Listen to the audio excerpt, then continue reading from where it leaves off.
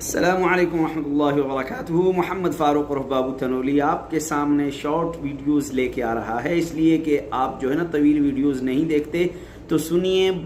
بہت سارے لوگ ایسے ہیں کہ چھوٹی چھوٹی نیکیوں کو نیکیاں نہیں سمجھتے، چھوٹی چھوٹی نیکیوں کو نیکیاں نہیں سمجھتے۔ تو آئیے آپ کو میں بتاتا ہوں کہ میرے اور آپ کے پیارے حبیب حضرت محمد مصطفیٰ صلی اللہ علیہ وسلم نے فرمایا لا تحقرن من المعروف شیئا، نیکی کوئی بھی ہو اسے گھٹیا مت سمجھنا، اسے چھوٹا مت سمجھنا، نیکی کوئی بھی ہو اسے چھوٹا مت سمجھنا۔